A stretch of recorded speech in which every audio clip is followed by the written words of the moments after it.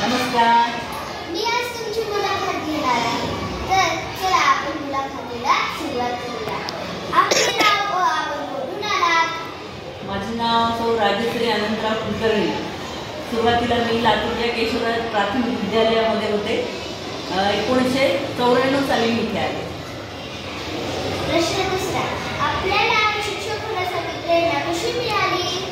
माझे वडील जिल्हा परिषदेला शिक्षक होते आणि सकाळी उठणार, लवकर आटोपणार, शाळेत जाणार. तेव्हा मी लहानपणी मला वाटायचं आपणही शिक्षक व्हावे, आपल्याला पण छान आता शाळेत जाता येईल. आणि असं वाटलं की खरोखरच छान शिक्षिका होण्याचा मला वडिलांकडनं प्रेरणा मिळाली. प्रश्न तिसरा, शाळेत शिकताना आपल्याला सर्वात आवडणारा विषय कोणता? मला सगळ्यात मराठी विषय आवडतो, कारण कविता गायन, वाचन हे सगळं मराठीमधून प्रोत्साहन मिळतं आणि मुलं पण छान कृतीयुक्त कविता म्हणतात शिकवल्यानंतर. त्यामुळे सगळ्या विषयामध्ये तसे सगळे विषय आवडतात, पण मराठी हा विषय मला आवडतो. प्रश्न चौथा, विद्यार्थ्यांना शिकवताना सर्वात आनंदी क्षण कोणता वाटतो?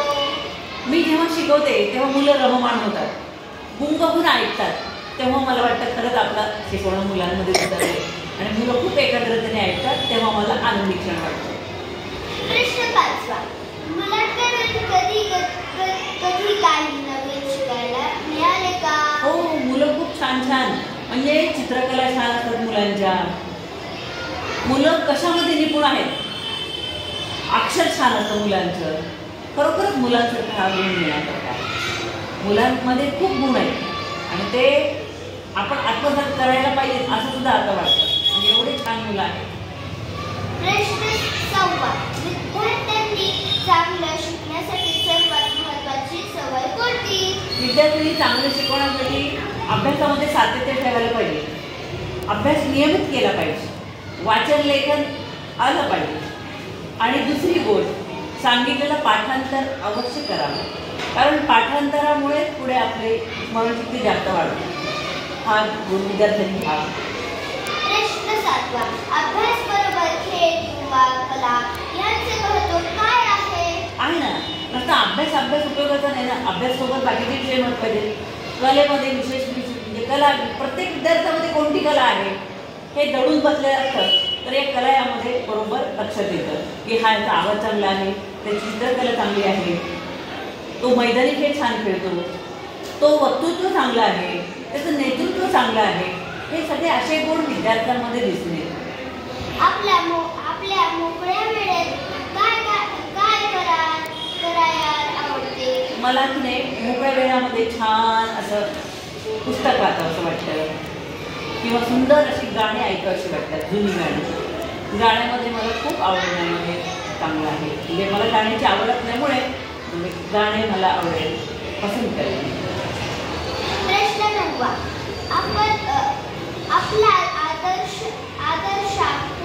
कोण आहे? माझा आदर्श माझे आई बाबा. प्रश्न 9वा, विद्यार्थ्यांसाठी एक छोटा प्रेरणादायक संदेश द्या. पहिले मी विद्यार्थ्यांनी एवढं सांगू शकेल की प्रत्येक विद्यार्थ्यामध्ये आत्मविश्वास असायला हवा, जिद्द पाहिजे, चिकाटी पाहिजे. जिद्दीने आणि चिकाटीने सर्व काही मिळवता येतं. तेव्हा लहानपणापासूनच आपण अभ्यास केला, अभ्यासामध्ये सातत्य ठेवलं आणि जिद्द असली पाहिजे की माझा नंबर आला पाहिजे, मी अभ्यास केला पाहिजे. जिद्द हे खूप महत्त्वाचं आहे. हे मी विद्यार्थ्यांना सांगू शकते की तुम्ही खूप छान चिकाटीने काम करा, चिकाटीने यश मिळवा, यश आपल्या दारात. धन्यवाद. धन्यवाद देवश्री, खूप छान वाटलं.